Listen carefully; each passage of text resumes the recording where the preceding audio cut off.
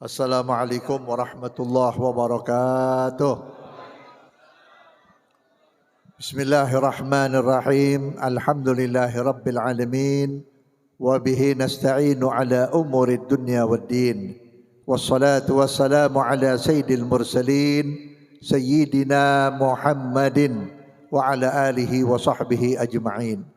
Allahumma salli ala nuril anwar wa siril asrar wa tiryakil aghyar wa miftahi babil yasar Sayyidina Muhammadin al-Mukhtar wa alihi al-adhar wa ashabihi al-akhyar adada ni'amillahi wa ifdalih. Yang saya hormati, yang saya muliakan sahibul bait, tuan rumah, guru kita al-mukarram wal-muhtaram, pimpinan Majlis Da'wah Al-Adni wilayah Sasak Panjang, ad-da'i ilallah wa rasul mujahid fisabilih Al-Ustaz Samsul berserta keluarga besar dan jamaah beserta segenap jajaran pengurus Masjid Al-Huda yang sama-sama kita hormati dan mudah-mudahan dimuliakan oleh Allah Subhanahu wa taala. Terkhusus kepada pimpinan Majlis Da'wah Al-Adni Fadilatul Ustaz Muhammad. Tadi sudah disampaikan oleh guru kita Habib Syekh bahwa Al-Imam Al-Habib Abdullah bin Abi Bakar Al-Idrus menjadi seorang wali besar, menjadi seorang yang mulia disebabkan satu hal. Apa itu? Niat yang ikhlas kepada Allah Subhanahu wa taala. Saudara-saudara hadirin, agama yang Allah turunkan kepada kita beserta perintah-perintahnya, beserta suruhannya, ini termasuk niat kita.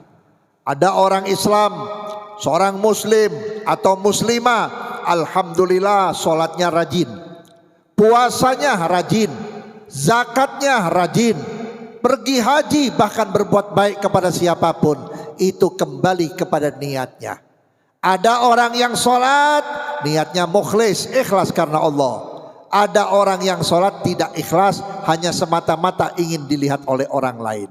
Saudara-saudara hadirin, satu saat Nabi Muhammad lagi berdiri di tengah-tengah padang pasir sambil melamun. Melamunnya Nabi bukan melamunnya kita. Melamunnya Nabi memikirkan kita, ya Allah, kapan umatku jadi mulia? Kapan umatku ini menjadi orang yang kau berikan derajat? Itu lamunan Nabi Muhammad. Datanglah seorang di samping Rasulullah sambil menepok bahunya Rasulullah. Maksudnya memegang, menyenggol badannya Nabi untuk memberikan isyarat atau tanda ada orang di sebelahnya. Nabi menengok, kemudian Nabi bertanya, ada apa kau kemari? Ya Rasulullah, dari tadi aku melihat engkau diam seolah-olah engkau melamun. Aku pun ikut melamun ya Rasulullah. Melamun apa? Seandainya aku ditakdirkan oleh Allah punya beras gandum seluas lautan pasir ini, maka akan aku sedekahkan kepada umatmu semua. Nabi nggak jawab, Bu, cuman lihat ke atas, senyum Nabi Muhammad. Ditanya lagi oleh orang yang di sebelah, ya Rasulullah, tadi saya ngomong kok nggak dijawab, malah Nabi senyum. Kamu nggak tahu aku senyum melihat malaikat berkata bahwa niatmu sudah dikabulkan oleh Allah. Benar yang dikatakan oleh Nabi, niatul mu'min khairun min amalih. Niatnya seorang yang beriman, niatnya seorang mukmin laki atau perempuan itu dikabulkan oleh Allah sebelum dia beramal. Kalau ibu, bapak niat hari ini, ya Allah, saya kalau ada rezeki 100 juta ya Allah, mungkin 50 juta saya taruh untuk pembangunan Masjid Al-Huda. Padahal ibu lagi bokek, saya tahu. Buat mikirin lebaran juga lagi puyeng. Betul nggak? Belum lagi utang seragam belum kebayar. Tapi nawaitu, ada niat, hari ini dikabulkan oleh Allah sama dengan ibu bersedekah 50 juta. Itu baru niat. Maka oleh karena itu niatlah yang baik. Sehingga Al-Imam Al-Habib Abdullah Al-Idrus Sahibul Ratib dan Sahibul Hal mengatakan, salasatun min alamatis sa'adah. Ada 3 golongan manusia yang dijamin pasti bahagia, pasti senang hidupnya. Apa yang pertama? Husnun niyah, punya niat yang baik.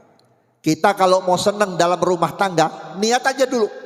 Niat yang pertama apa? Ya Allah, saya niat berumah tangga menjalankan nikah karena Engkau, karena sunnah nabimu ya Allah. Masalah senang atau tidak, masalah kaya atau tidak, Engkau lah yang mengurusi rezeki kami ya Allah. Orang tersebut pasti dikasih senang. Tapi kalau niatnya bukan karena itu, misalkan dapat istri yang cantik, dapat istri yang kaya, tapi niatnya karena nafsu, niatnya karena ingin nebeng hidup atau numpang hidup, satu saat Allah pecahkan rumah tangga kita. Makanya yang penting niat. Saya pernah tahun kemarin ibu-ibu ceramah di sini. Saya cerita ada seorang pelacur perempuan yang nggak bener lah. Ini pelacur terkenal, kelakuannya nggak bener. Setiap dia jalan, kata orang kampung disebutnya apa? Hei ahli neraka, hei ahli neraka. Tapi dia sabar, dia diam. Emang penghidupannya di situ. Berangkat sore, pulang pagi, berangkat sore, pulang pagi. Satu saat ini pelacur pulang tengah malam, habis dagang dirinya. Satu saat dia haus, gak ada yang jualan, gak ada yang buka warung, mau cari minum di mana. Ternyata di tengah jalan ada sumur tua. Sumur ini beda dengan sumur di kita. Kalau di kita 5 meter, 8 meter udah keluar air. Ini 30 meter masih jarang airnya. Bahkan sampai 50 meter. Sudah itu tidak ada gayung atau ember. Akhirnya si pelacur itu membuka sendalnya atau selopnya. Bagaimana caranya ini supaya selop saya sampai ke dalam lautan? Dia cari dahan-dahan yang ada di pohon korma yang sudah kering. Dicabut, kemudian diikat, disambung jadi tali. Kemudian diikat ke selop atau ke sepatunya. Ini pelacur tengkurap sambil mengambil air. Dapat airnya setengah mati, hasilnya dikit. Begitu mau diminum, datang seekor anjing yang sedang kehausan dan kelaparan. Itu anjing kalau haus, kalau lapar, kelihatan lidahnya menjulur, keluar, netes air lidahnya.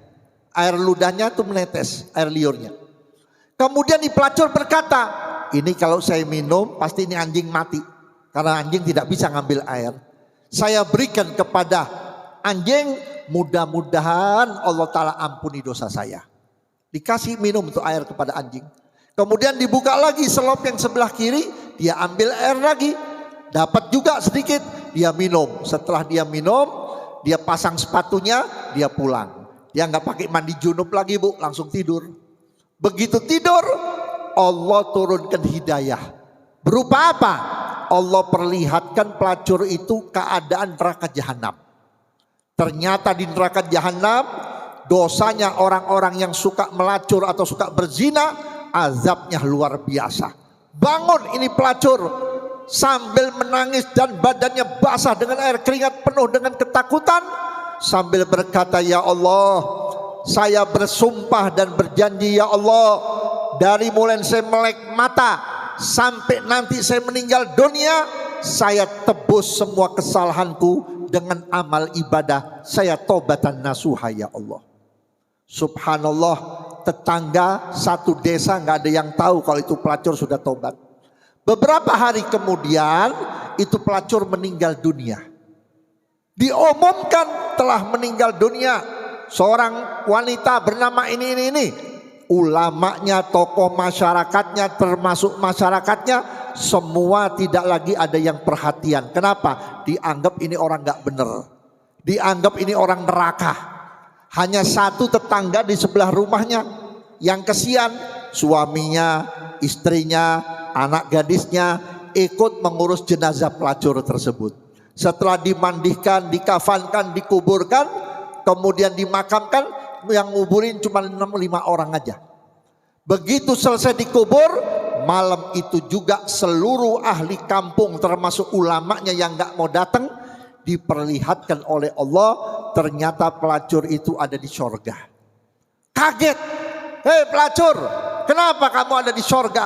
Padahal kamu gak pernah sholat, kamu gak pernah ibadah, kamu maksiat, kamu berzina, tapi kenapa kamu ada di sorga? Dijawab oleh pelacur tersebut, aku diampuni dosaku oleh Allah gara-gara aku memberi seekor anjing yang sedang haus dengan niat yang ikhlas. Bagaimana kalau hari ini yang ngirimin makanan, minuman buat orang yang buka puasa lebih dari sorga. Hari ini kita duduk di Masjid Al-Huda, diawali dengan zikir, baca ratib, baca Yasin, ada lagi yang habis khutmul Quran, khataman Quran, kemudian baca maulid, tausiah, beres, dikasih minum, dikasih makanan. Gimana besarnya pahala kita. Maka oleh karena itulah, pertama amal kita diterima dan disempurnakan oleh Allah termasuk adalah niat yang soleh. Maka oleh karena itu berniatlah yang baik. Niat sholat karena Allah, niat sodakoh karena Allah, niat beramal karena Allah. Karena semuanya Allah yang bakal mengganjar dan memberikan kepada kita. Yang kedua, kalau kita pengen bahagia, yang kedua wa husnudzon, berbuat sangka baik. Sangka baik kepada Allah, sangka baik kepada hamba Allah. Sangka baik kepada Allah bagaimana? Di saat kita meminta kepada Allah, ya Allah, udah 20 tahun saya minta kaya kok nggak kaya-kaya ya Allah. Ibu-ibu jangan nyalain Allah. Allah lebih tahu kita.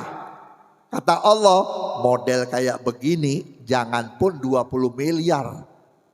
Bulan puasa kita kasih 1 juta aja udah nggak bakal hadir hall. Udah lari ke mall. Apa aja dipegang, dibeli kagak. Betul nggak? Allah lebih tahu niat kita. Jadi jangan kita menyalahkan Allah. Oh iya, saya nggak dikasih kaya oleh Allah, tapi ada kekayaan yang lebih istimewa. Apa itu? Sehat. Betul nggak? Saya mau nanya sama ibu sama bapak nih. Hari ini kalau ada orang, nih RW Madun nih, Pak RW Madun lagi bawa uang 50 juta nih. Sore ini bawa 50 juta, di mana duitnya Pak? Tapi Pak RW Madun mau bikin sayembara. Mau nggak kira-kira ibu dikasih uang 50 juta hari ini? Jangan ketawa, jawab. Mau nggak Pak? Mau. Tapi ada syarat. Syaratnya sakit gigi 30 hari. Mau nggak? Kenapa nggak mau? Ternyata sehat itu mahal. Makanya saya paling empet kalau ada orang ditanya, Pak sehat? Sehat mah sehat Beb, cuman kanker. Tahu kanker? Kantong kosong, ya Allah, dalam hati lu belum ngerasain diinpus lo. Entar kalau udah diinpus baru nyaho. Betul nggak? Saya waktu sakit ya Allah dari kepala sampai kaki itu alat-alat apa yang nggak masuk? Disuntik. Saya dari kecil paling takut disuntik. Begitu saya sakit, kepala saya dicoblos pakai jarum, telapak kaki saya dicoblos. La ilaha illallah. Ternyata sehat itu mahal Pak. Kalau kita sehat, kuat, nggak punya duit bisa ikhtiar. Tapi kalau udah sakit, biar duit banyak, makanan banyak, tidak bisa kita makan. Betul kan? Dulu saya bebas makan duren. Sekarang makan duren saya ngeri. Nanti gula saya naik. Betul nggak? Makan daging kambing nggak boleh banyak. Nanti kalau kebanyakan darah tinggi. Makan nasi kebanyakan gula saya naik. Jadi sekarang ibarat kata kita tinggal di satu rumah tapi di pagar. Tidak bisa kemana-mana. Makanya nikmat Allah, nikmat sehat ini adalah nikmat yang paling besar. Saudara-saudara hadirin yang saya hormati, yang ketiga, kalau pengen bahagia hidup kita dunia akhirat, wa husnul khuluq, yaitu memiliki akhlak yang baik, budi pekerti yang baik. Amal yang paling bisa menggugurkan dosa kita adalah akhlakul karimah. Ada orang sholatnya rajin, ilmunya banyak, ya, kebaikannya di mana-mana, sedekahnya di mana-mana, tapi tidak punya akhlak, bisa hancur itu dia punya ibadah. Lihat tuh seorang pelacur, dia bukan berakhlak kepada manusia, tapi berakhlak kepada seekor anjing. Hanya memberi seteguk air kepada seekor anjing, Allah ampuni dosanya, dan Allah buktikan kepada seluruh makhluk Allah, manusia pada zamannya, bahwa ini pelacur bisa masuk surga. Mudah-mudahan yang tiga ini bisa kita amalkan. Pertama, kita harus memiliki niat yang baik. Yang kedua, kita harus memiliki sangka baik kepada Allah, sangka baik kepada manusia. Yang ketiga, kita harus memiliki akhlakul karimah, akhlak yang mulia. Insya Allah apa yang dikatakan oleh Sahibul Ratib akan terjadi kepada diri kita, yaitu kita menjadi orang yang bahagia dunia wal akhirah. Mungkin di sini masih ada penceramah lagi, nanti akan dilanjutkan oleh guru-guru kita. Kurang dan lebihnya mohon maaf. Assalamualaikum warahmatullahi wabarakatuh.